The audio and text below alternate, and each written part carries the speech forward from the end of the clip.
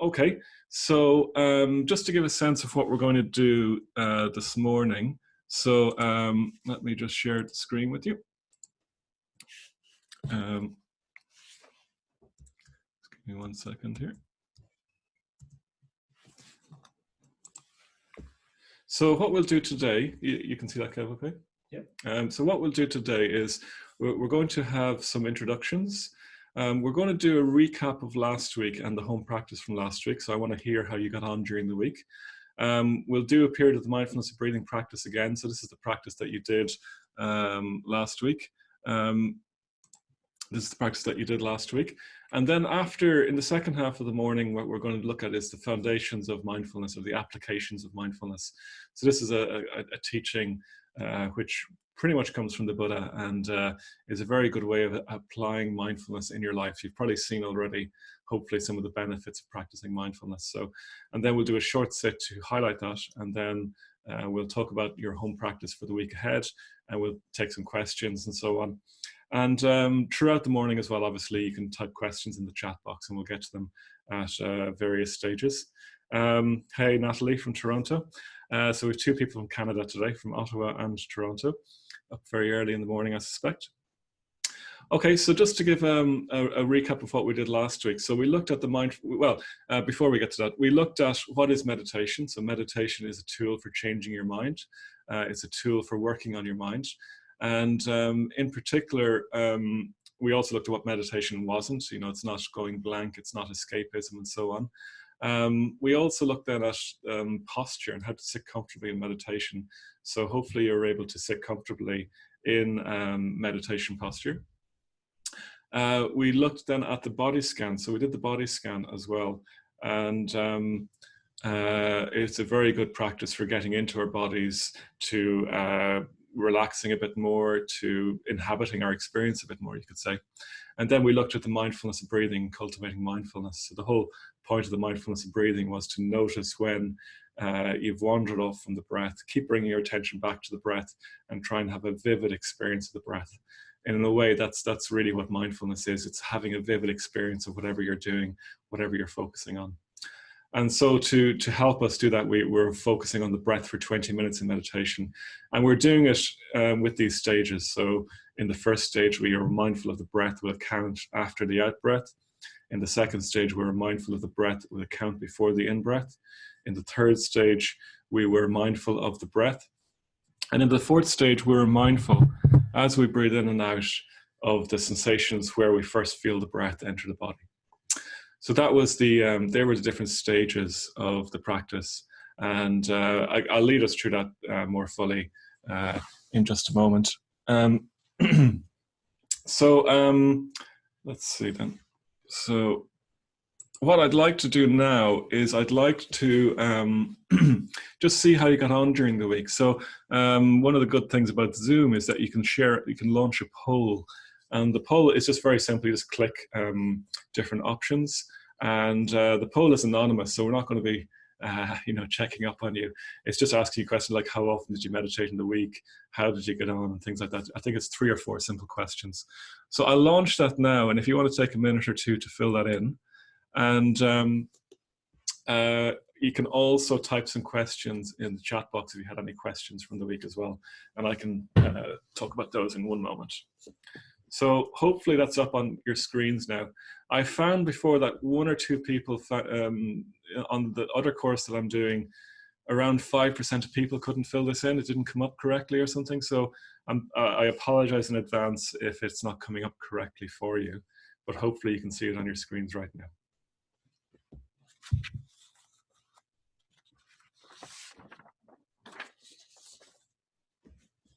Great, so the results are coming in. It's like the Eurovision, if anyone gets the reference, which I presume has been cancelled this year.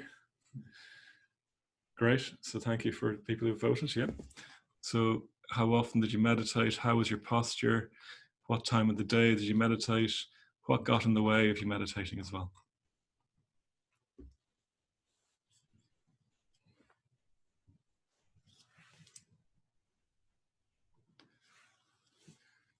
So everyone has meditated at least once so far, which is great.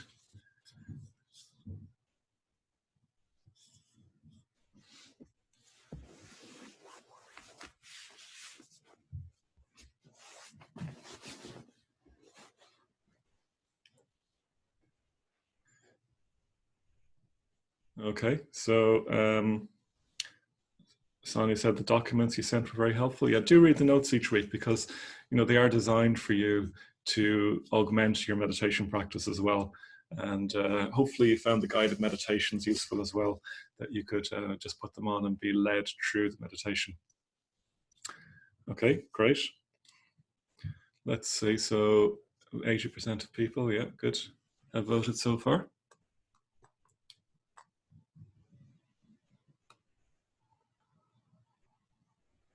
Okay, good. Let's see how we're all getting on. Okay, good. So I'll just give it one more minute, and don't forget, unable to submit my vote. I'm sorry about that, Katrina. I'm not sure why that's happening. Or Anne, you had problems. There was 4 questions actually, so I'm not quite sure. I think we might need to do a little bit more work in the background and test this out to see why it's not working. But we have enough people at least for a statistical sense of it anyway. Yeah. Again, apologies, Anne and Katrina, for that. Okay, so I'm going to close the polling now, just because time moves on. But I'll share the results with you now. So the good news is that let's see, what's that? 28, 30, 35. Most of you meditated almost every day or every day, and some of you, 15% of you, meditated more than once on some days, which is great news. The majority of you meditated every day, so that's pretty good. Like I said last week, if you meditate every day, you get a real flavor of what meditation can do. Think of it as a 5-week experiment to see what meditation can do. And at the end of the 5 weeks of the course, you can then decide whether you want to do it every day after that or not. And it's up to you, obviously.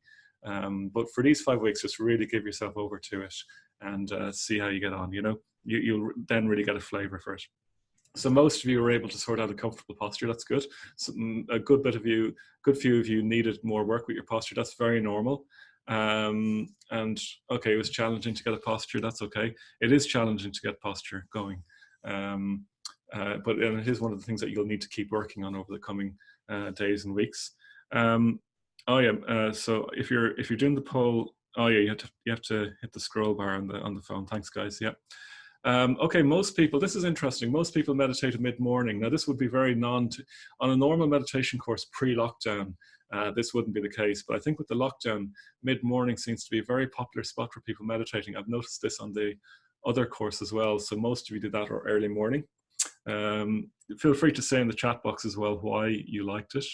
And the main reason people didn't meditate is that you forget. It's very easy to forget. So one of the things you can do is you can put a post-it on your computer monitor or something like this, just reminding yourself to meditate. One of the main reasons we forget things, one of the main reasons we don't do things is because we just forget to do them. It's not that there's any particular difficulty. One of the main reasons we're not mindful is that we forget to be mindful. One of the main problems in meditation is that we forget that we're meant to be with the breath, So it is important to find ways to support yourself to remember. And for me, that usually means reminders on my phone, post-its on my desk, that sort of thing. So a few of you said meditation was difficult and you had resistance. That's fine. Yeah, that happens. Just keep working with it. It'll still have a benefit. Hard to find time in your day. Yeah. And quite a few of you then said nothing got in the way. So that's great. Okay. Okay. So let's see. Is there any questions coming in? Okay. Yeah. And one person said they're only getting up in the mid-morning. Well, that's probably a lockdown symptom as well. So well done to you. That's great. Okay. So in lieu of any questions, I'll just keep going. So do ask questions if you have any. Let's see, how are we getting on? Okay, yeah, the home practice again was to alternate between the body scan and the mindfulness breathing. So hopefully you've appreciated those practices. I think they are lovely practices to do and can be of real benefit to us.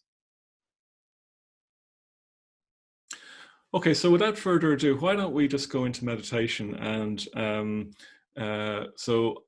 maybe you could set yourself up now to be able to sit comfortably for the next 25 minutes, probably 20 minutes or so. And we'll do a period of the mindfulness of breathing. Yeah, I'll lead us through it. Now, if you weren't here last week, or even if you were, The main thing is to get a posture that works for you, that's comfortable, that's upright. That means you won't fall asleep.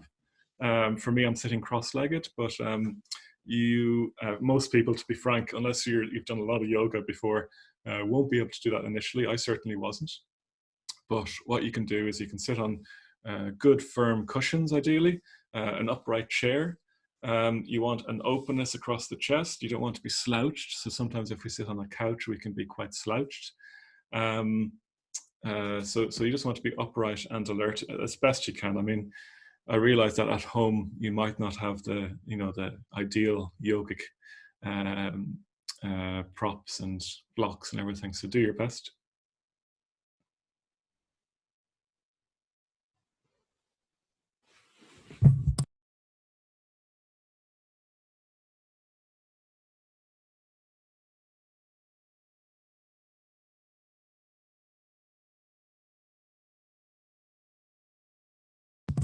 Okay, so once we're comfortable in our postures, just making sure we're upright and alert, you can then close your eyes.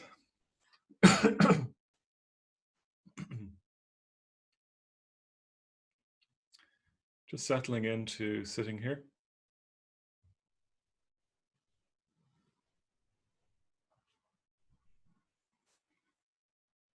Having a sense of the room around us, the sounds we can hear.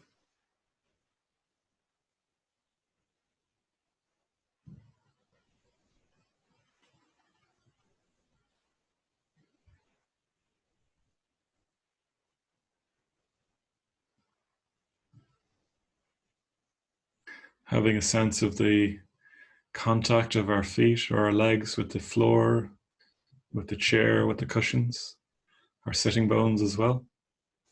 Bringing ourselves down into our body.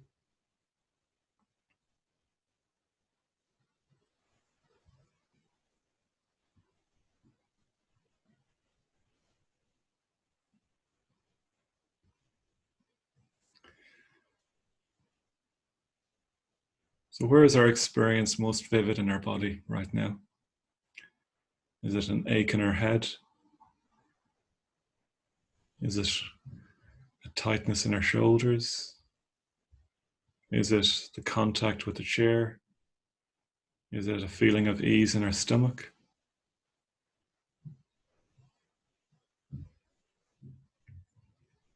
Just noticing that.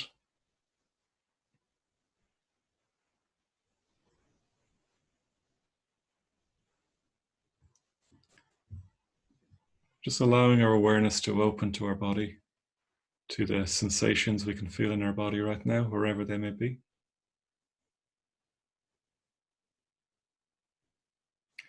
If you're up in your head, it might be good to bring yourself down into your body, down into your torso, into your stomach, feeling the breath in your stomach maybe.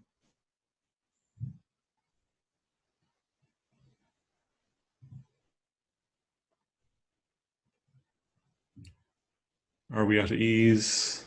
Are we comfortable here?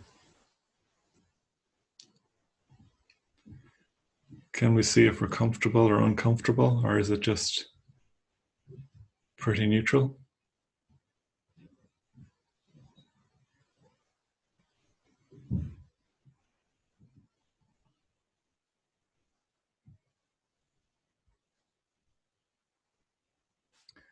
What's our emotional weather like then? Opening to the heart, opening to our emotions. Our emotions rising and falling like the sea, waves in the sea, rising and falling, arising, passing away.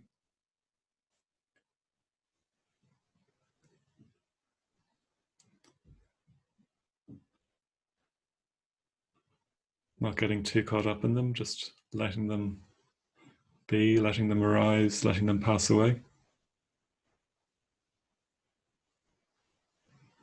Breathing with them if they're difficult.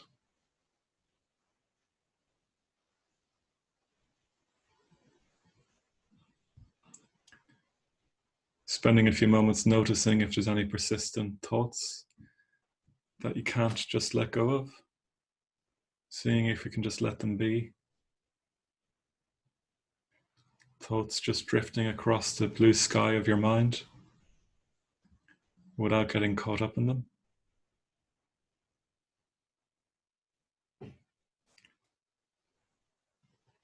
It can help to come down into your body if there's thinking you can't let go of. Just letting it be.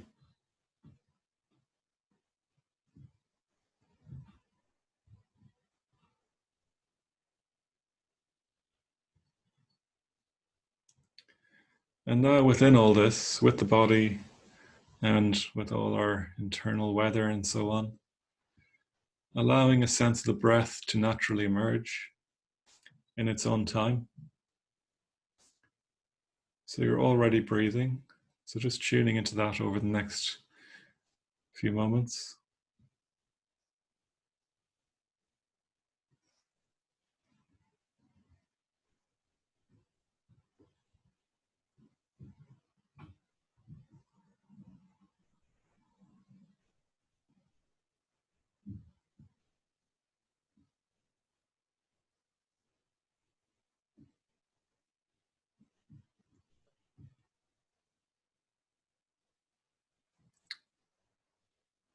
And allowing the breath to be natural at its own pace. You're not controlling it in any way.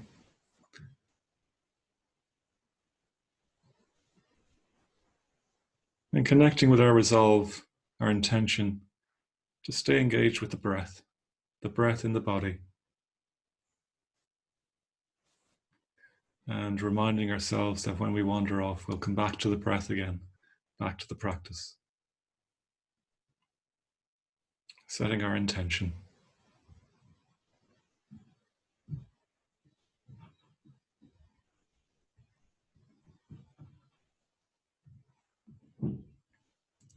And now we'll move into the mindfulness of breathing, the practice itself. And in the first stage, we're mindful of the breath. And to help us do this, we add a count after the out breath. So we breathe in, breathe out 1, breathe in, breathe out 2, and so on. The main focus being on the breath. The count is just quiet and internal to help you.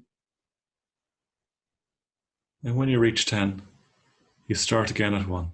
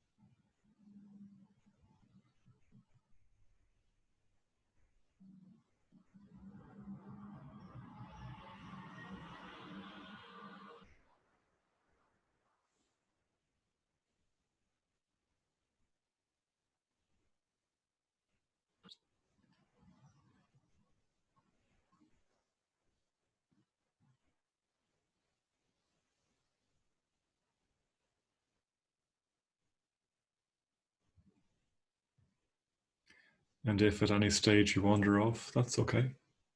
Just noticing that, acknowledging that, coming back again to the body, back to the breath in the body, and starting the count again from 1 after the out breath.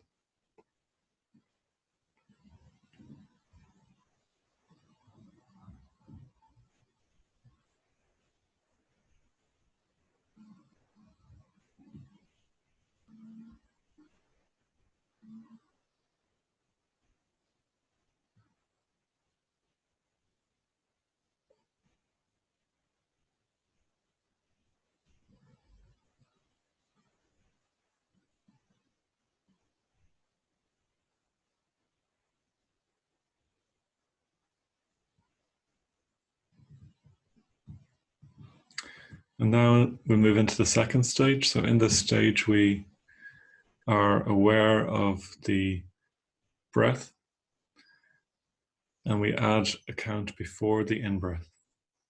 So it's 1, breathe in, breathe out. 2, breathe in, breathe out. And so on. And when we reach 10, we start again at 1.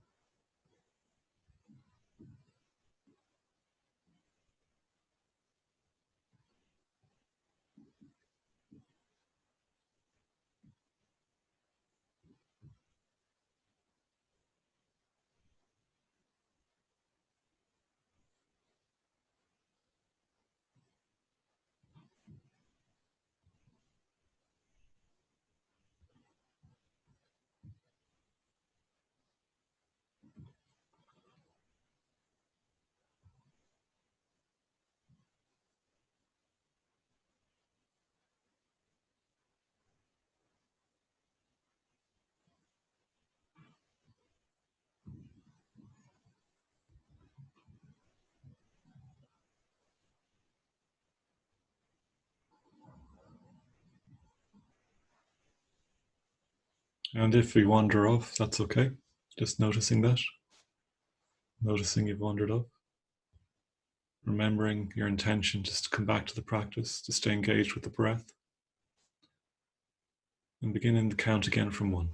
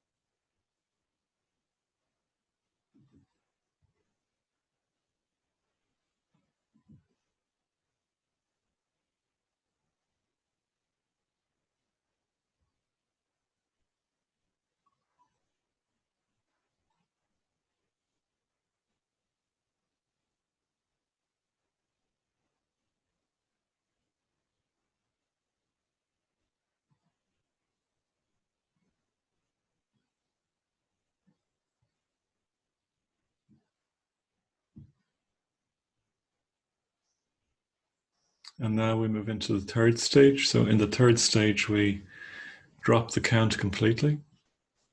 And we're just aware of each in-breath, each out-breath. Particularly being aware of the breath in the body, from the nose down, the chest, the stomach, and remembering our intention to stay engaged with the breath and to come back to the breath when we wander off.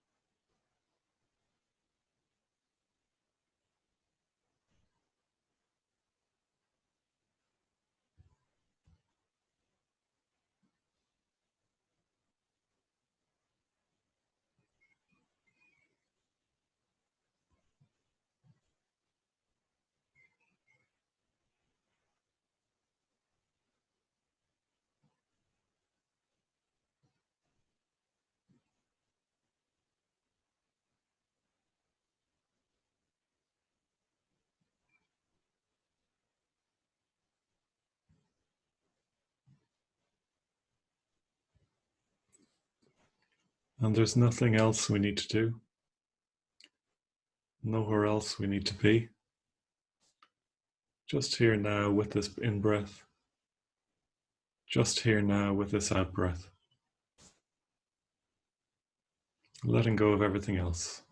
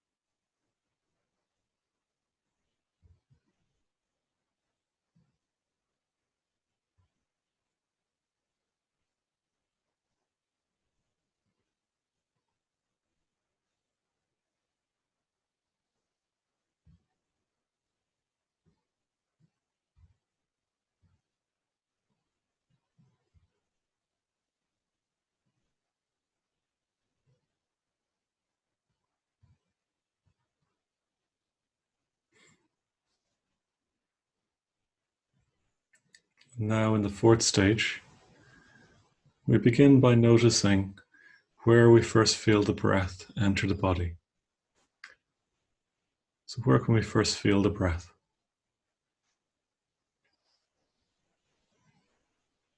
It might be in the nostrils or on the lips, in the nose,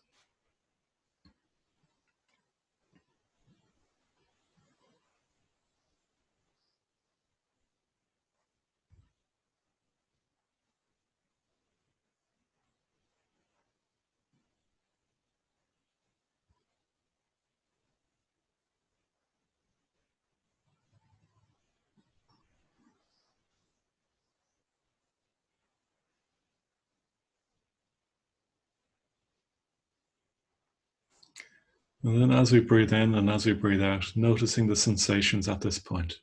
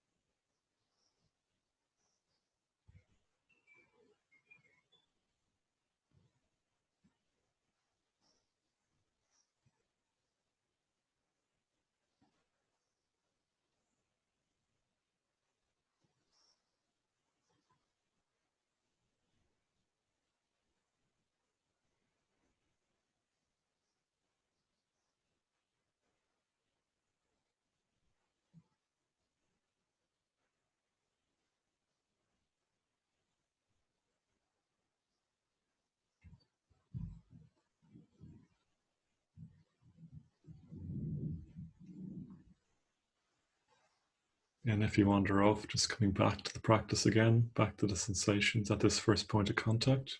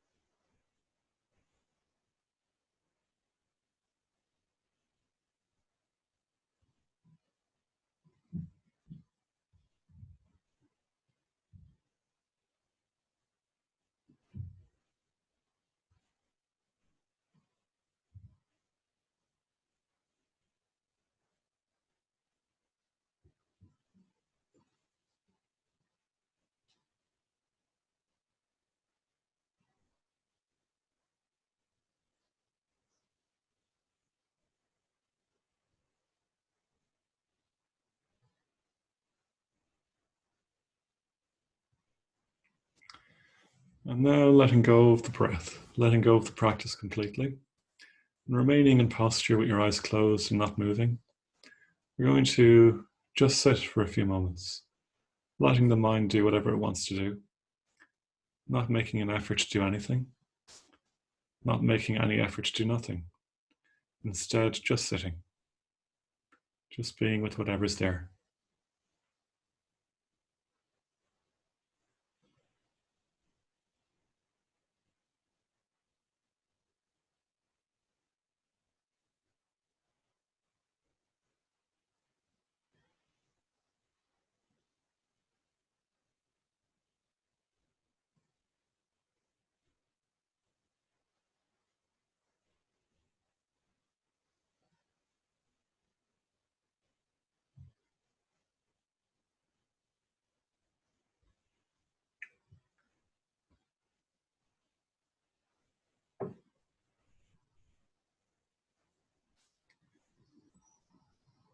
And now starting to broaden out your attention once more, taking in the sounds you can hear, taking in a sense of the room that you're in, the building, the people in your area. Starting to slowly and appropriately reintroduce movement.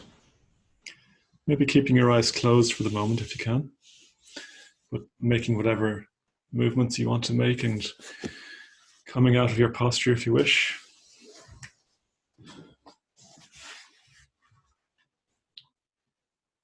And with your eyes closed, Just seeing how you feel right now after having done the practice. Is your experience different now to earlier this morning?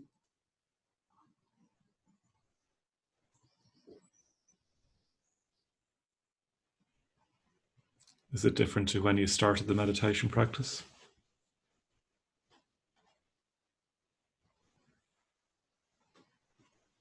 And in your own time, then, when you're ready, you can open your eyes and bring the practice to a close.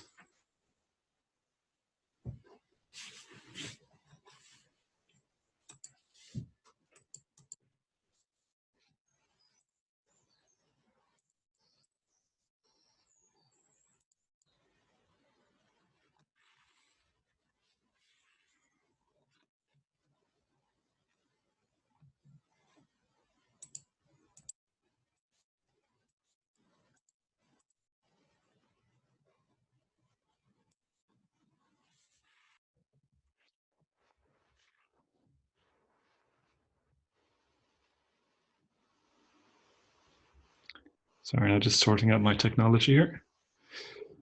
Okay. So if you have any questions about the practice, feel free to write them in or comments about that. Rosemary, I think you were asking a question there. I don't know if you finished your question. If you want to finish that.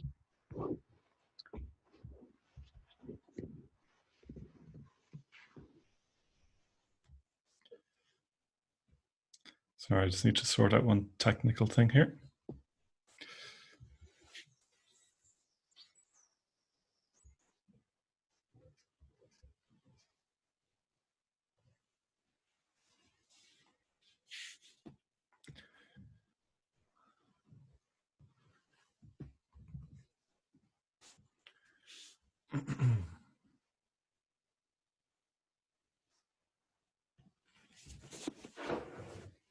Great. Okay, so oh yeah, one other thing then as well. And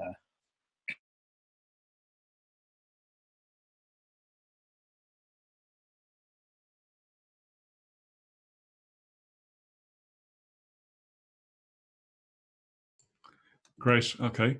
So sorry about that, guys. I don't know what happened there. Okay, so I'll just open the chat again.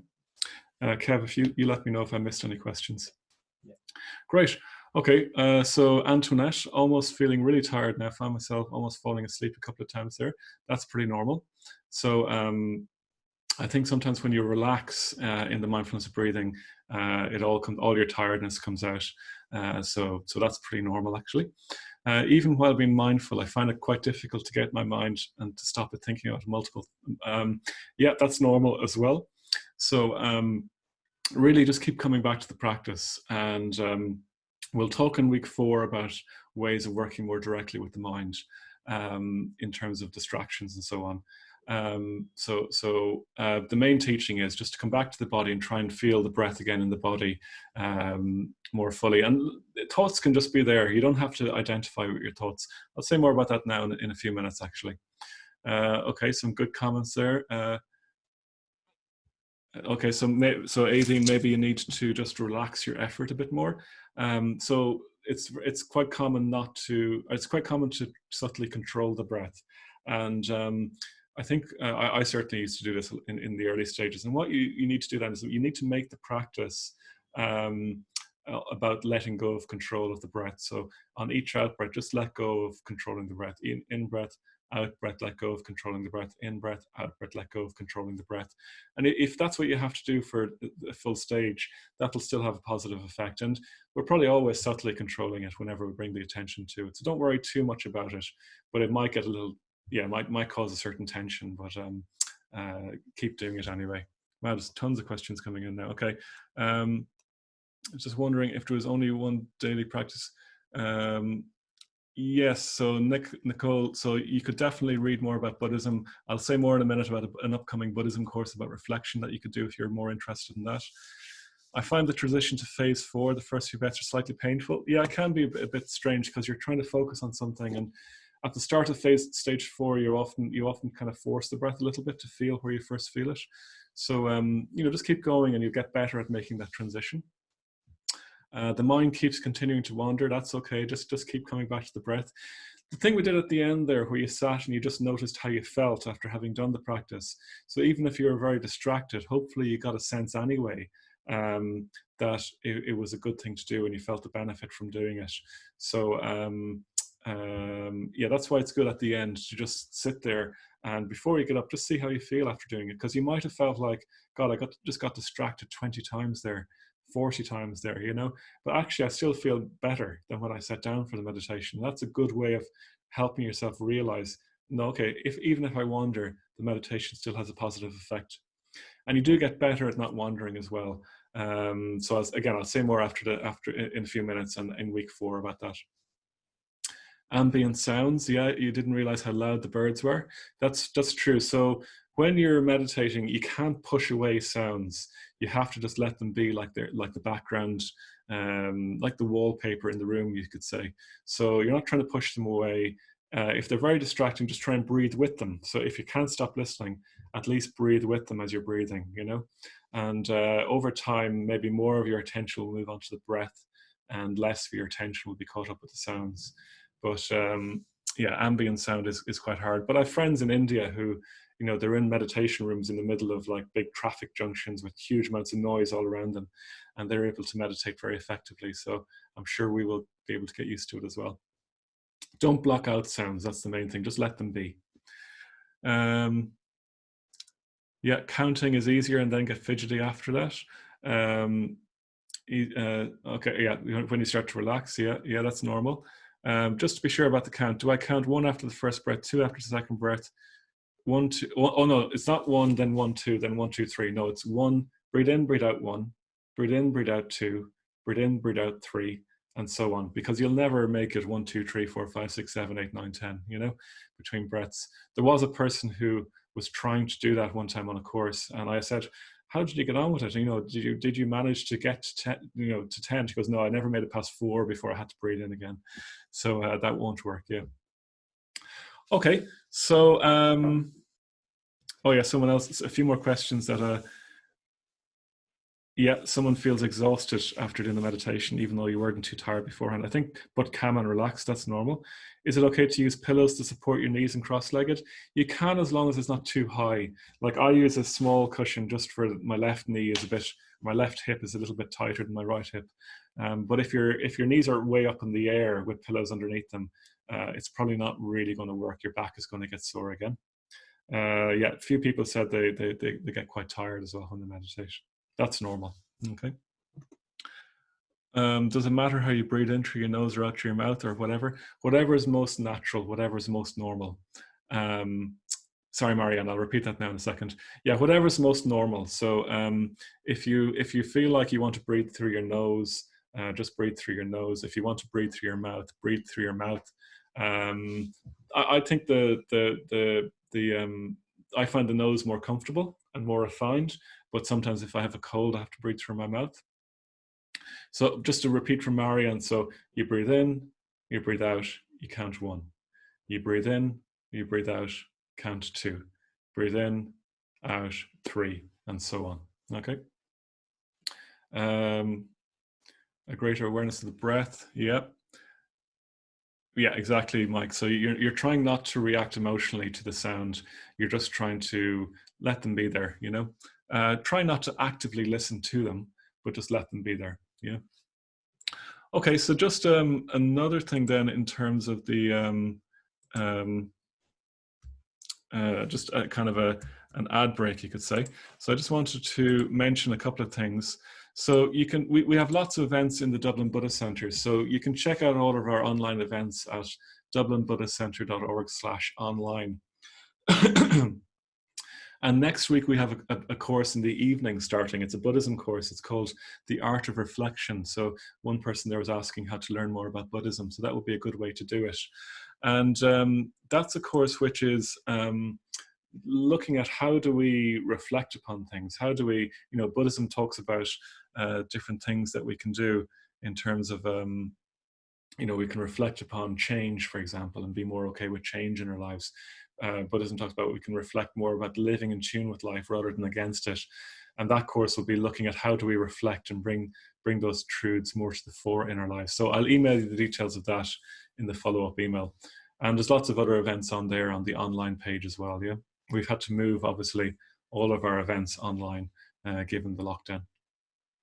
The other thing to say is that the centre is almost fully dependent upon donations at the moment because our physical space is closed. And this course has been given completely free to you guys if you, for your benefit. And we're running many courses, all of which are free, I'm delighted to say. But if you want to support us to continue to be able to do this kind of work and to do more of this kind of work, donations are very much appreciated. So the link for the donation is up there on the screen, and I think Kevin might have just shared it in the chat. So dublinbuddhistcentre.org/donate. And again, I'll email you this link at the end, but do think about giving a donation if you can. It'll really help the centre. It'll help us to provide these courses ongoingly to more people like yourselves who have really benefited from them. Now, let's just come back again. Okay, so let's see, there's a few more comments.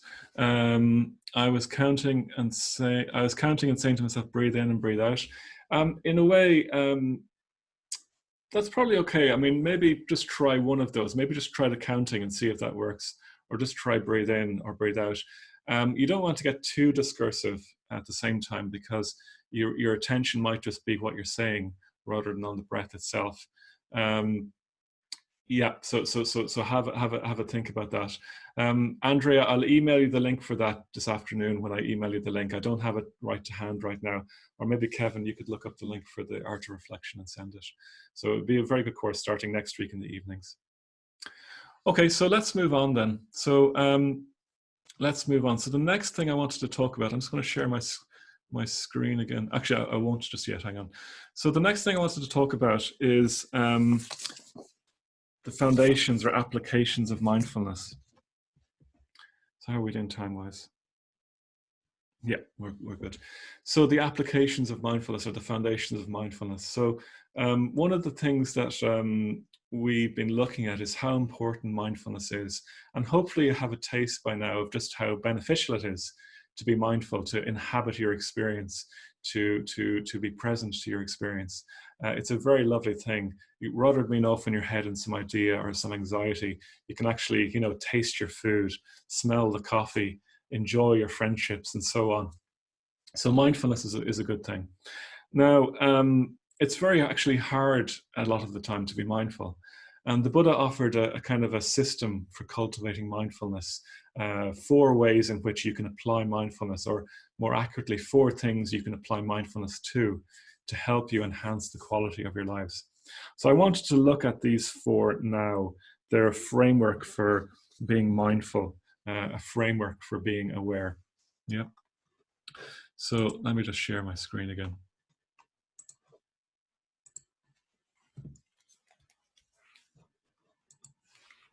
So these are called the 4 foundations of mindfulness. Another way of looking at it, or another way it's called, is the 4 applications of mindfulness. So 4 things we can apply our mindfulness to. The 4 things we can be aware of, basically, that can really help us in our day. So the first one is the body. Now, we've already done the body scan last week, and hopefully you've been doing it throughout this week as well. One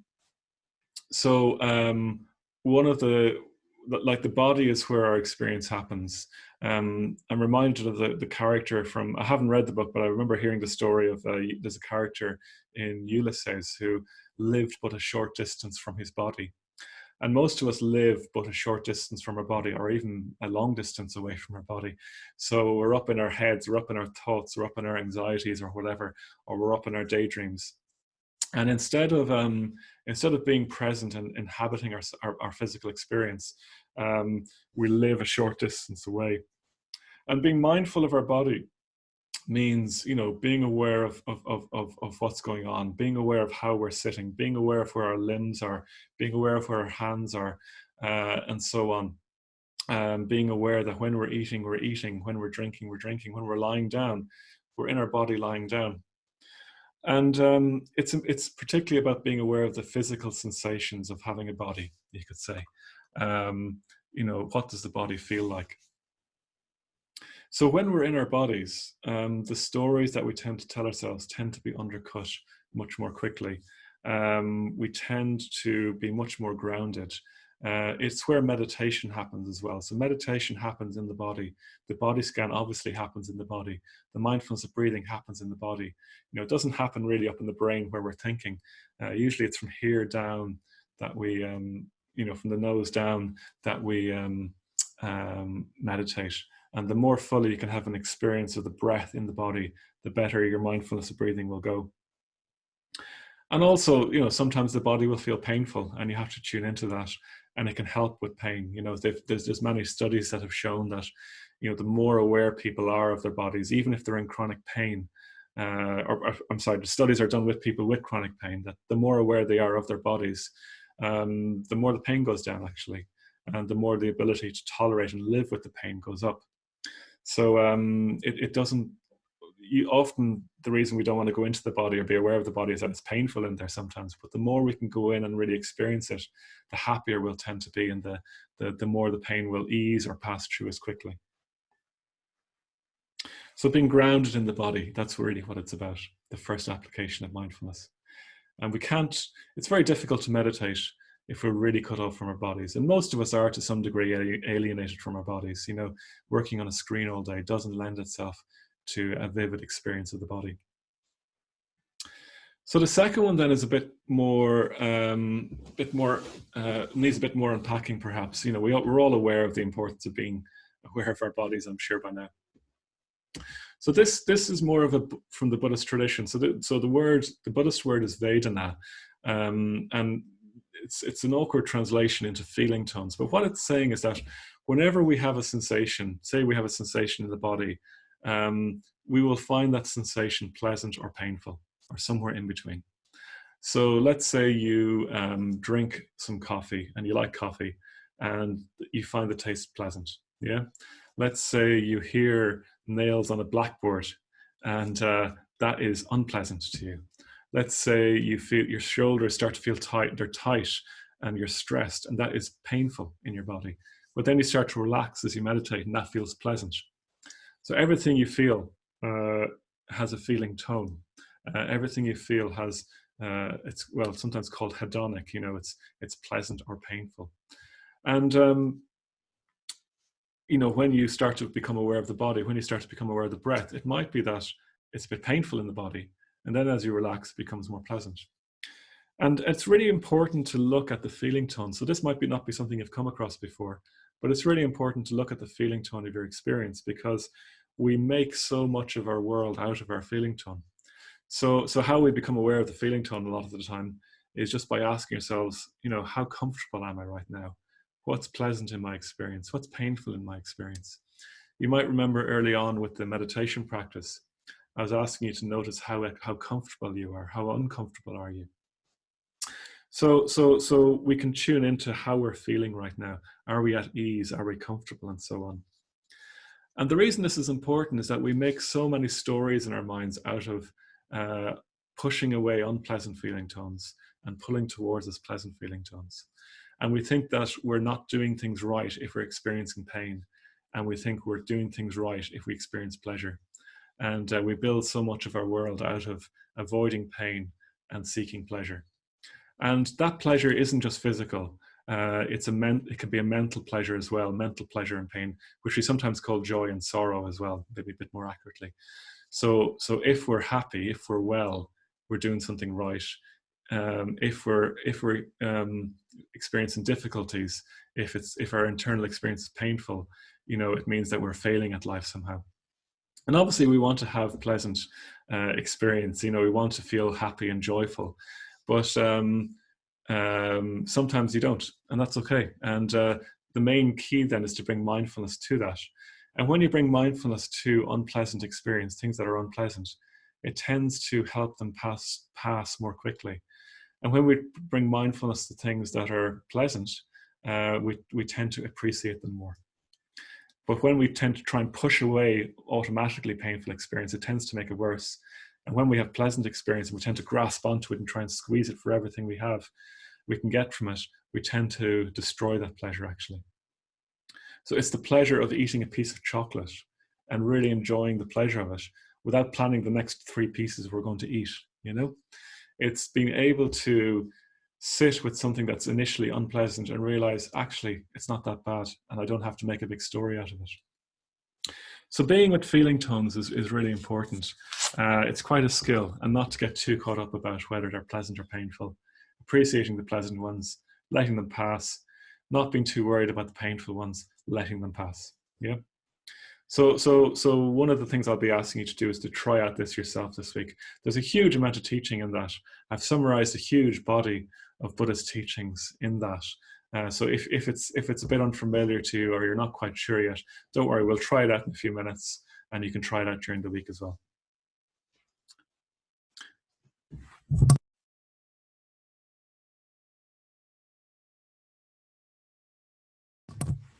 Great. So the next one then after that is being aware of our emotions.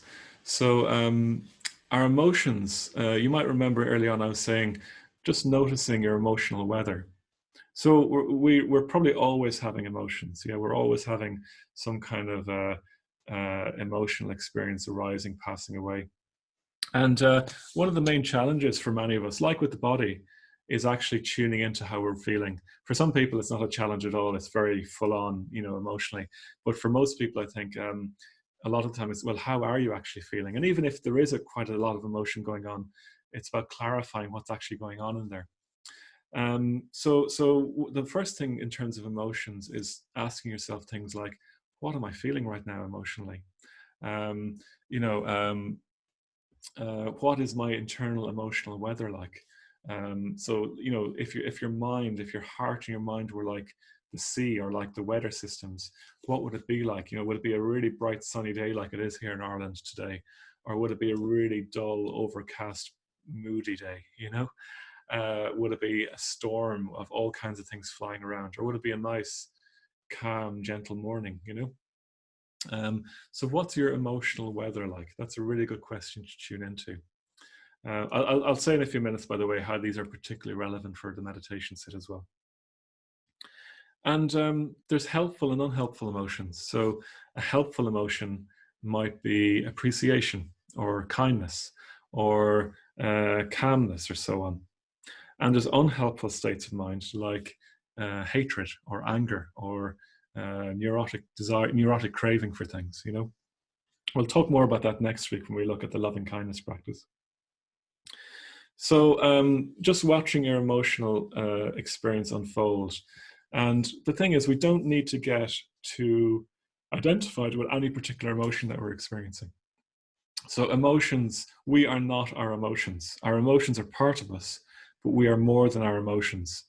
And the traditional image in Buddhism that's given is the clear blue sky. So our mind in its fullness, our heart mind in its fullness. Buddhism doesn't really distinguish between the heart and the mind, by the way. Our heart mind in its fullness is like a blue sky in which emotions arise like for a time, like clouds arising for a time, changing their shape and then dissolving away again. Now, this metaphor tends to work better in India and Tibet, where you don't have the deep blue skies. We have deep blue skies most of the time. In Ireland, less so. But today, you can kind of go outside and see it. Go outside today and look at the blue sky and reflect upon your mind is bright and open in its natural state, like the clear blue sky. And clouds arise and pass away. Emotions arise and pass away. But we don't need to get too caught up in them. They're just emotions. And the other thing then about emotions is they also have feeling tones. So emotions can be pleasant and painful. So sit with the painful ones and they'll tend to change into something less painful. Sit with the pleasant ones will tend to enhance and deepen them. Yeah. And the fourth application of mindfulness is our thoughts. So our thoughts are usually connected to our emotions. And if our emotions are the waves of our experience, the thoughts are usually like the foam flying off the top of the waves. Our thoughts are usually very strongly linked with our underlying emotions. And again, we get distracted again and again by thoughts. There's one poet who says we're distracted by distraction from distraction. I'm sorry, I got that wrong. We're distracted from distraction by distraction. So we're distracted by a thought, and then we're distracted from that thought by another thought, and then we're distracted from that thought by another thought. So that happens. Quite a few of you are saying that earlier on in the meditation that you're distracted by thoughts. And again, I think the teaching of the clear blue sky is really useful here, that we're not our thoughts. We don't have to think. We can let go of our thoughts. We can not identify with our thoughts. We can disentangle ourselves from our thoughts. And, you know, nobody's ever disappeared off into a void and not come back by not thinking. You know, you can have experiences. I'm sure we have lots of experience at times where we don't have to think. We can just look at something and really appreciate it and not have to think about it. We can eat food and really just enjoy it, but not be analyzing it, you know? So we don't have to do our thoughts. We don't have to be identified with our thoughts. So if thoughts arise, just let them arise. Just let them pass away. You don't have to do much more than that. And don't get caught up in the story. You can think about it later if you need to. So they're the 4 applications of mindfulness. Where they're particularly useful is setting up for meditation practice. So when we set up for our meditation practice, as we did earlier today, and as we'll do now in a few minutes, we can tune into our body. We can tune into the feeling tones of the sensations in the body. We can tune into our emotional weather. We can notice thoughts arising and passing away. And then we can turn towards the meditation with more of us present. We'll bring more of us to the practice then by doing that. It's like a gathering of all of our energies and bringing that into the meditation practice. So we set up these 4 foundations, these 4 applications of mindfulness. And then within that, allow the breath to emerge. And then we go into the mindfulness of breathing, for example. And the more of ourselves we can bring in this way to the meditation practice, the more of an effect the meditation practice will have upon us. Yeah, the more transformed we will be by it. So we set up for meditation in this way. And we can also include, you know, thoughts, emotions, and so on that we have outside of meditation as well. Okay, so I'm sure you have thoughts and comments, so do send them into the comments chat and into the comments section. I'll answer them now in a minute. One last thing to say then is that's about, well, 2 last things to say actually. So those 4 applications of mindfulness, we set them up when we're beginning our meditation practice. But we can also, at the end then, we also take our time to finish the practice well. So we set up well, and then we finish well as well. And what we did a few minutes ago was we just sat for a few minutes. So spend a bit of time just sitting, making no effort whatsoever. And that is a really, oops, let me just get out of the screen sharing. Sorry, no. Okay, so okay, great. So yeah, at the end of the meditation practice, spend a few minutes just sitting, or a few moments just sitting, and that is a really good thing to do as well. If you just jump up from your meditation practice, you'll probably disturb your meditation practice. You'll probably end up kind of it'll be a bit uncomfortable actually. So give yourself time to transition back, to open out again to your world, and also to absorb the effect of the meditation practice. All of this, the setting up and the finishing, is there anyway in the lead truths that we've given you on the MP3. So it is there in it. You might have already noticed this. And then the last thing to say before we do another short sit is that these 4 applications of mindfulness are really good things to do throughout your day anyway, regardless of whether you're meditating or not. So every now and again, just stop in your day, tune into your body, tune into the feeling tone of that physical experience, open to your emotional weather, noticing your thoughts, and just spend a few minutes just to stop to do that. And if you did that a few times a day, I tell you, your general experience, even if you weren't meditating, would be vastly improved. Vastly improved. So I'd really encourage you to do that. Just learn off those 4 foundations. And every now and again, maybe you have a mindfulness bell on your computer or something. Just practice noticing those. Stop every now and again, tune into your body, and tune into the 4 foundations of mindfulness. But certainly as you do the practice, before you set up for meditation, do it then as well. Yeah. Okay, feel free to write in any questions, and in a moment we'll do a short sit highlighting that. I realize I've talked a lot there, and there's a lot of information there, so it'll all be in the notes as well that you can read.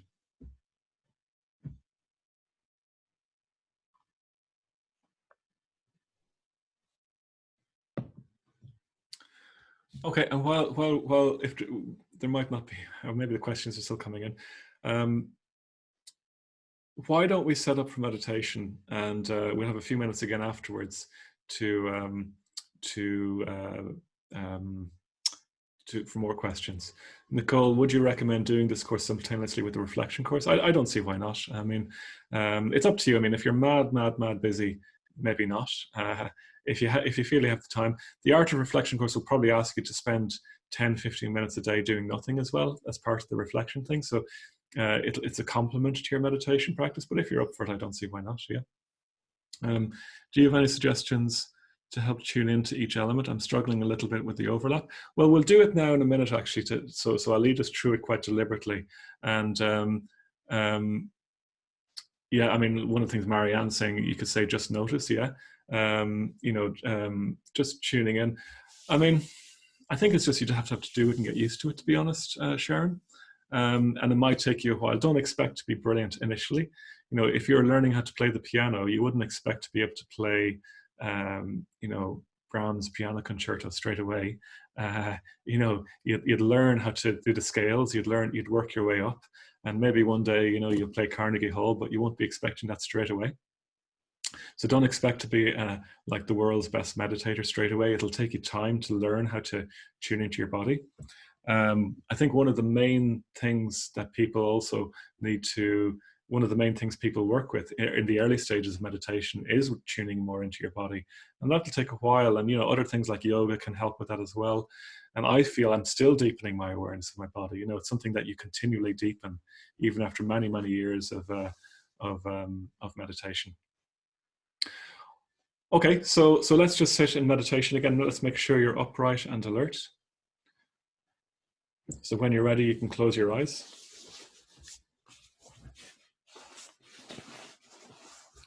And what we're going to do is I'm just going to lead us into the 4 foundations as a way of setting up our meditation practice. And then we're going to do a few minutes of the 3rd stage of the mindfulness of breathing, being aware of the breath without a count. And then we'll finish well by doing some just sitting. Marianne, when I say tune in with yourself, I mean noticing what's going on. Turn your awareness towards what's going on in your body, in your emotions and the feeling tones you can experience and so on. Okay, so closing our eyes then when we're ready. And before we even start to tune into ourselves, we can just again notice sounds around us. Letting the sounds be there, not pushing them away. Having an attitude of inclusion rather than exclusion.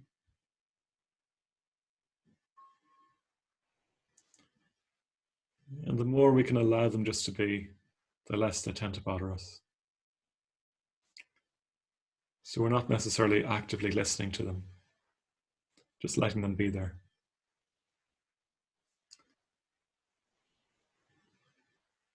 Having a sense of the room around you as well, and the people who might be moving around the building.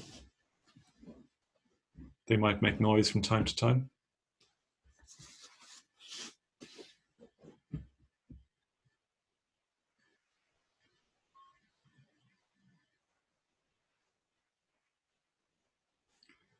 Starting then to turn our attention towards ourselves more fully. So again, tuning into your body. It can be good to tune into the points which are most vivid for you. For me, it might be the sitting bones, your feet in contact with the chair, the cushions, the ground. It's good to bring yourself down into your body as well, if you're up in your head.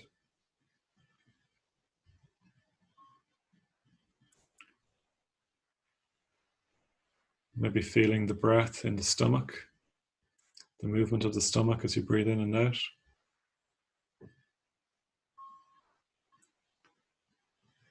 What sensations can you feel in your body?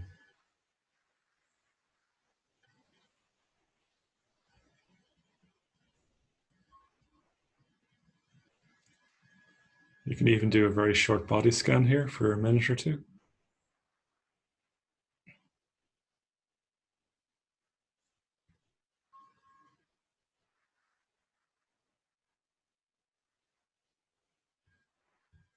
Can you feel your shoulders? Can you feel your hands?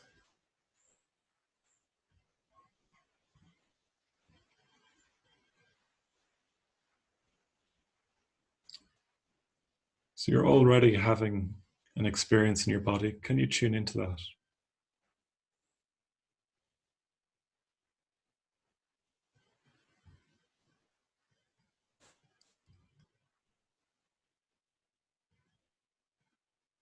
And of course, it'll be constantly changing as well, shifting, moving. The sensations you feel, that is. Hopefully, your body is still in your posture.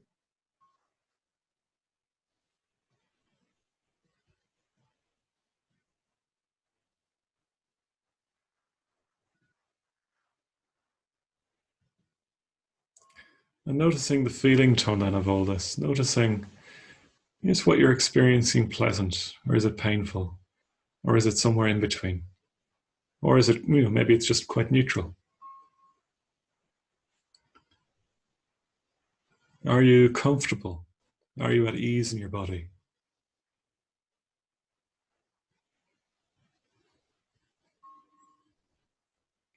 And trying not to push away anything painful.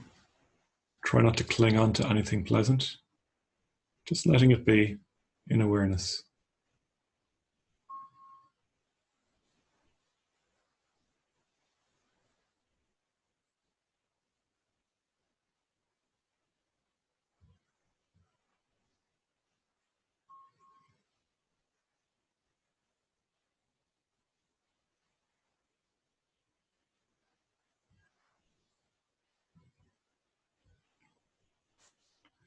Opening to your emotional experience. So, what's your emotional weather like right now? If your mind was like the weather in the sky, what kind of sky would it be? Or if it was like the sea, what kind of sea would it be?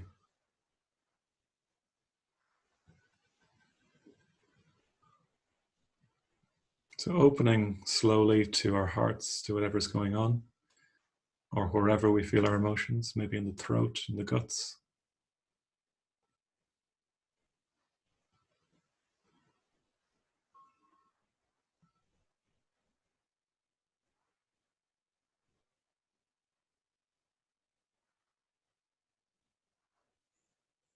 And if our emotional experience is pleasant, just opening to that, enjoying that. If it has a pleasant feeling tone, if it's painful, if it has a painful feeling tone, just opening to that as best we can, breathing with it if it's difficult. In either way, regardless of whether it's pleasant or painful, just letting it play out without being too involved in it. If we don't add to it, it'll just shift and move on. Just being in awareness with it, sitting in the clear blue sky.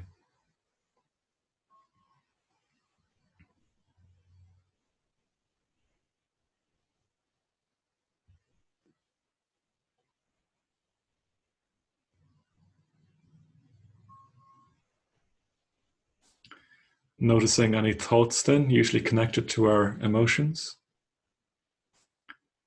Again, thoughts arising and passing away in the clear blue sky. We don't have to get caught up in them. We're not merely our thoughts. The mind is much bigger than that.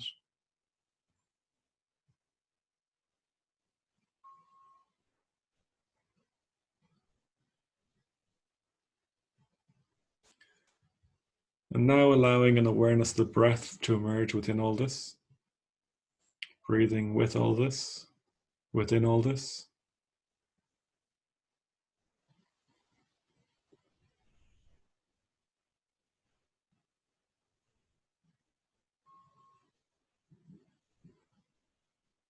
And our intention now is to stay engaged with the breath, to keep our awareness with the breath.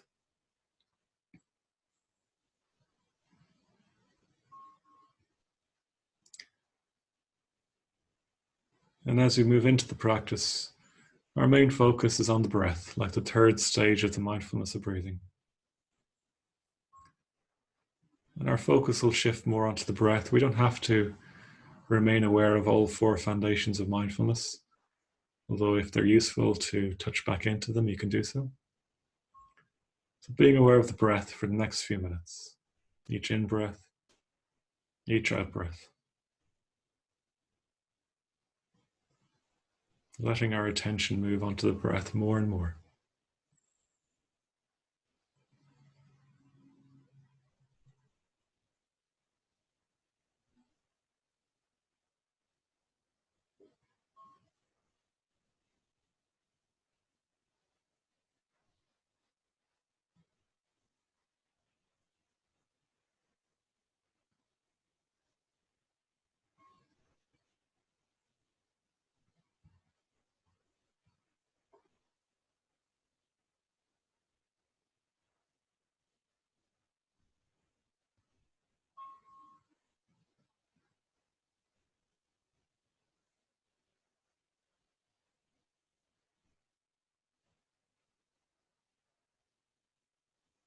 So simply being aware of the breath.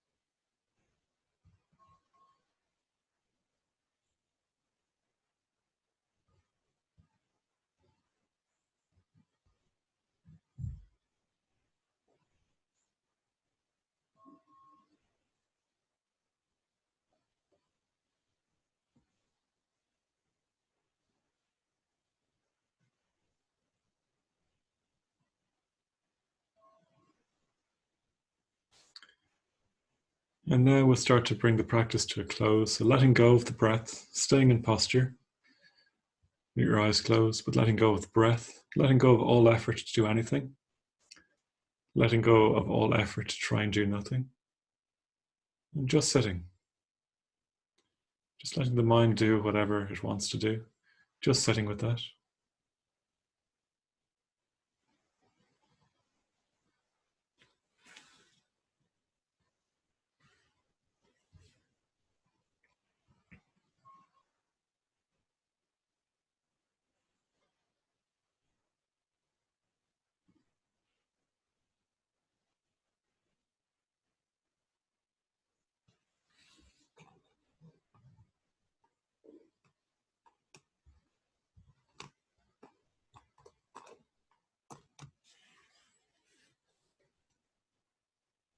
And then when you're ready, starting to broaden out your attention once more. Taking in the sounds you can hear again.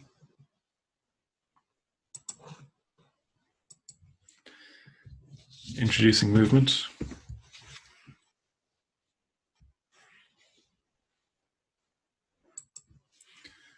And in your own time, coming out of the practice, seeing how you're feeling right now. And in your own time, opening your eyes.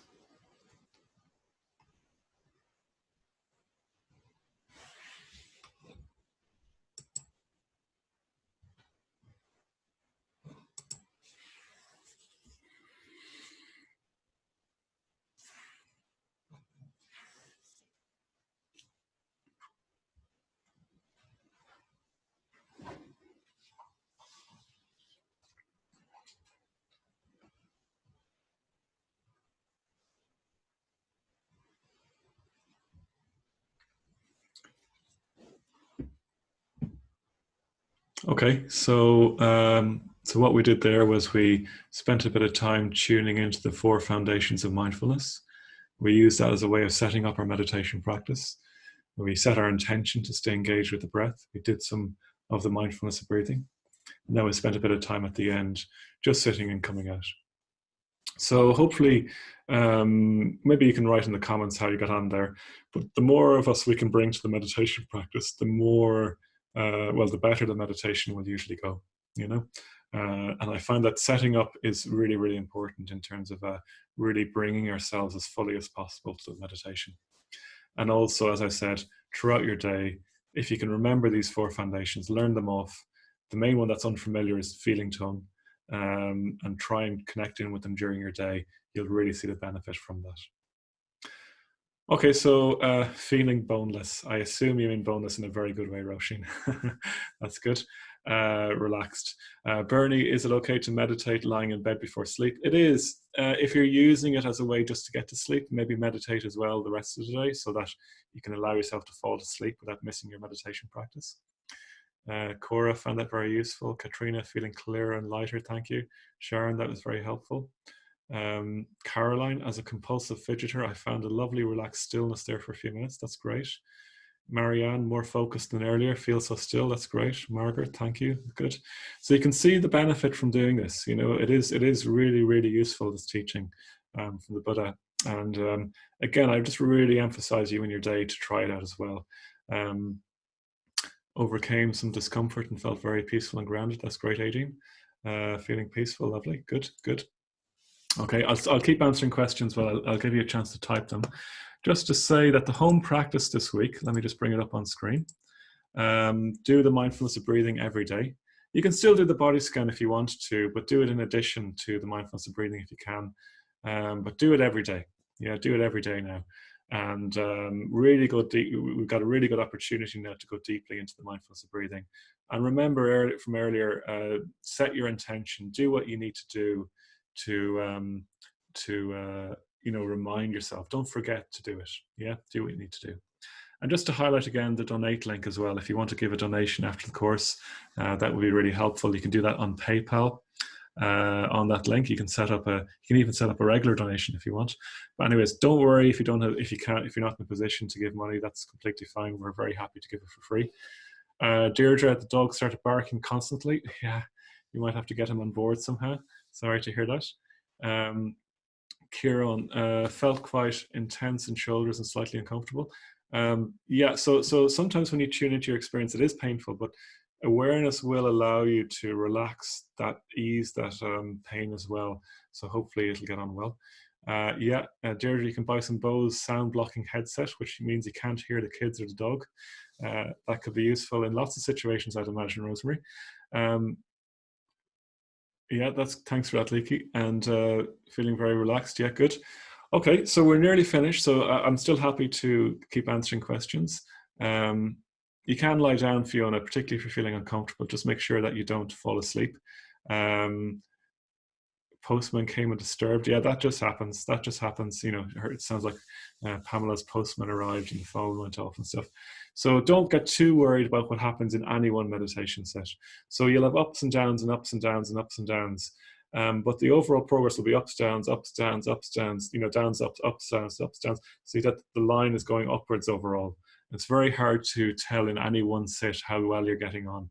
The main thing is to keep doing it. And as you keep doing it over time, you'll notice an upgrade in the quality of your experience. You might even find that people say to you, oh, hey, Vajrashura, you know that thing you used to do, you don't do it anymore, you know? And then you'll know that meditation is having a positive effect. Yeah. Okay, so best of luck during the week. We'll leave it at that. What I might do, I usually do this at this time. You can head on whenever you need to. I might just allow people to unmute themselves, and if anyone wants to have any more questions or say hello to everyone or whatever, feel free to do that. And we'll see you next week at the same time. And next week we'll be looking at the loving kindness practice, which is a really great practice as well. And I hope you guys, yes, thank you. Yeah, Bernadette, we do accept that. Yeah. Have a lovely week, and best of luck with your meditation practice. Yeah.